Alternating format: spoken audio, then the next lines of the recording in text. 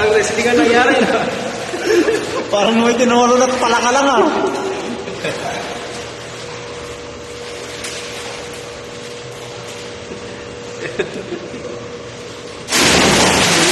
Yun, maganda yun. Marunong na. Marunong na. Marunong na. Yung para, ulitin mo yung para. Pangit ng para ko kanina eh. Para kang ano eh.